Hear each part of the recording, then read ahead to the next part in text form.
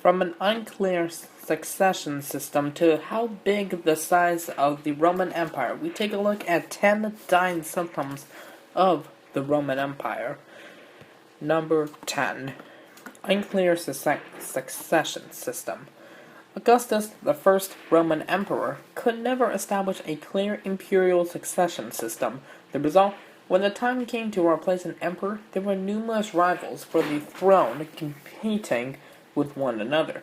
Sometimes the potential emperors had an incentive to end the service of the Roman emperor prematurely so that they could take the throne for themselves.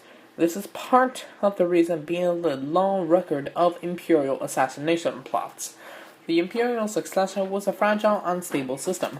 Within the first 200 years of imperial tradition, Titus was the only emperor who succeeded his own father, which his name is Vespasian, and Commodus in AD 161 was the first emperor to be born to a Roman emperor named Marcus Aurelius, who ruled from 161 to 180 AD. Number 9. Currency debasement. When Emperor Nero faced serious economic issues, he decided to debase the currency. Nero reduced the purity of Roman coins by decreasing the amount of precious metal in them. He did this gradually, expecting that the coins would still be accepted for their nominal value, but the reduction in purity became noted, followed by inflation. The coin debasement became a tendency, followed by a subsequent emperors. The denarius, the most common Roman coin in circulation, had an average silver content of 91.8% during the time of Nero, 76.2% during the time of Marcus Aurelius, and 58.3% by the time of Emperor, whose name is Septimius Severus, who ruled from 193 to 211. Number 8. Inflation. The debasement of Roman coins triggered a severe inflation problem. By AD 301, Emperor Diocletian was forced to issue an imperial edict on prices to control inflation.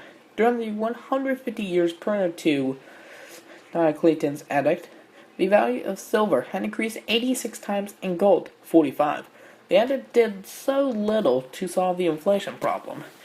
A measure of wheat in Roman Egypt that sold for 6 drachmas in the 1st century AD increased to 200 drachmas by AD 276. Egyptian wheat sold for 70,000 drachmas. And over 2 million drachmas in AD 334. The price of over 1 pound of pork was fixed at 12 denarii by the edict, but cost 90 denarii by AD 412. Another good side effect of inflation was hoarding coins. Unlike the debased coins, the good coins were kept as long as possible. Archaeologists have found many coin hoards from the late Roman Empire, the sign of economic uncertainty. Number 7. The Year of the Four Emperors. The AD 68 to 69 is known in Roman history as the Year of the Four Emperors, which may be considered a premonition of the countless episodes of imperial instability and double-crossing that would later affect the Roman emperors. After the death of Nero in June 68 AD, the three emperors that followed only regime for a short time. Galba for some months, then he was assassinated. Otho for 3 months, then he committed suicide. And Vitellius for 8 months, also assassinated. In AD 69, Vespasian became the next emperor until his death in AD 79. The political turmoil of this period is reflected in the rise of Tacitus.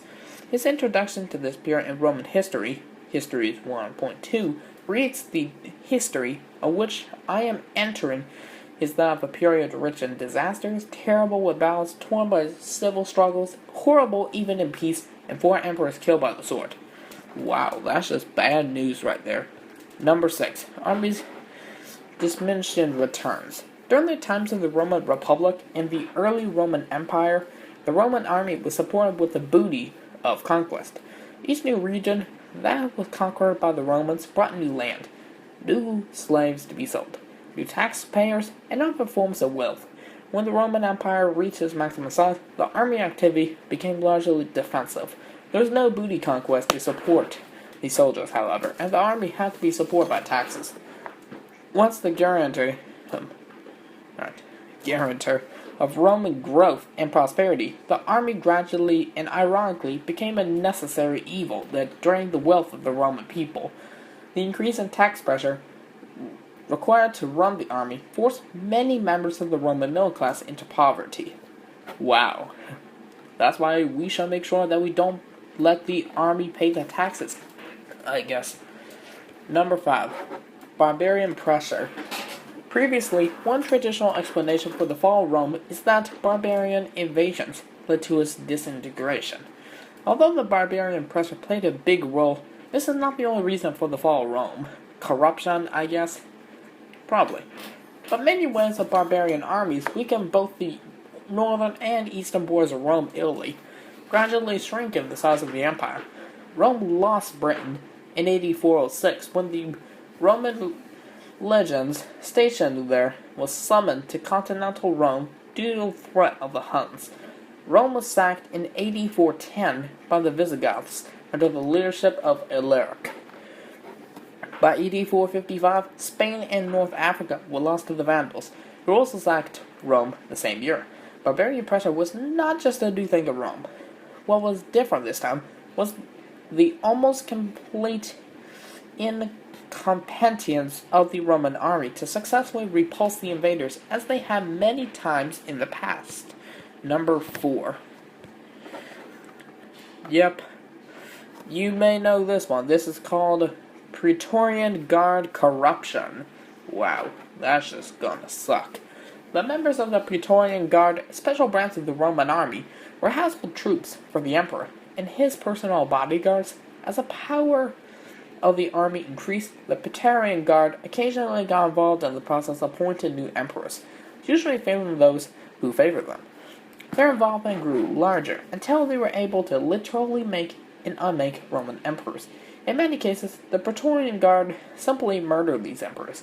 By the 3rd century AD, no Roman emperor could rule without the support of the military in general, and the Praetorian Guard in particular. Perhaps one of the most astonishing sides of the Praetorian Guard corruption was a practice called the donative. This was an economic incentive paid to the Praetorian Guard.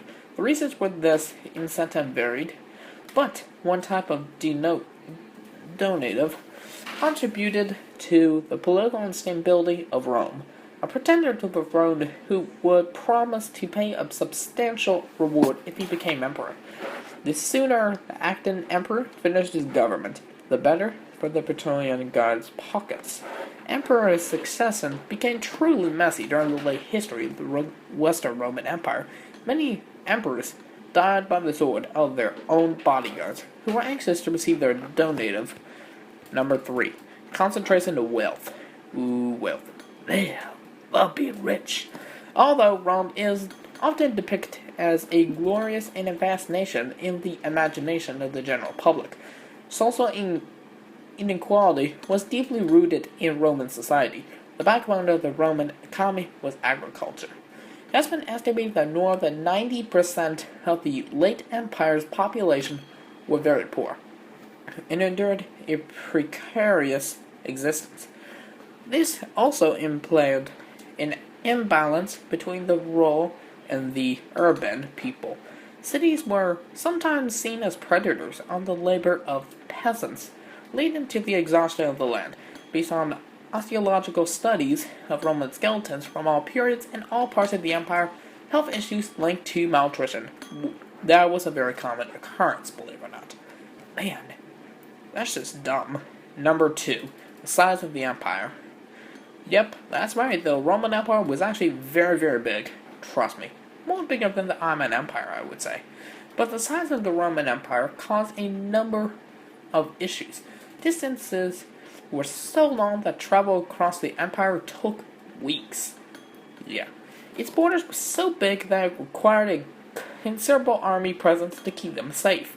But above all, it was no longer possible to control this vast realm from the See of Rome, Italy.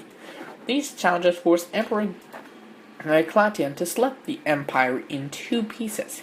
The Western Roman Empire was centered around Rome, and the Eastern Roman Empire had the city of Byzantium as its capital, later to be known as Constantinople. The size of the Roman Empire is central to the study of its fall. It has stimulated many academic discussions about the limits of territorial expansion, affecting all political units of a considerable size. Even today, historians and sociologists keep exploring this intriguing topic. Number 1. Romulus Augustulus deposition. On September 4th, 476 AD, the last emperor of the Western Roman Empire, Romulus Augustulus, was deposed by Odoacer, a Germanic chieftain. Odoacer had served in the Roman army for years and had attained the rank of general. A Roman emperor being deposed by a military leader was nothing new in Rome. The novelty was that nobody else was named after Romulus Augustulus' deposition, and that Odoacer was crowned as king of Italy. At this point, the Roman Empire was a shadow of its former self. Even the capital of the Western Empire had been moved from Rome to Ravenna. The Roman West was no longer an empire. It had dissolved into several smaller political units, kingdoms, and city-states. The imperial traditions remained alive in the Eastern Roman Empire, fortunately, until swallowed by the Ottoman Empire in 1453. Wow. Anyway, guys, that is all I've got here today. Let me know in the comments down below what top 10 I should do next, and, oh, did I also forget some? Okay. I will be making top 10s every day now. Instead of me saying that, I will make a videos on Saturday, Sunday, or, yeah, Saturday or Sunday, I should say. I will be making videos every single day. Right? Thank you guys for watching, and see you guys tomorrow. Take care.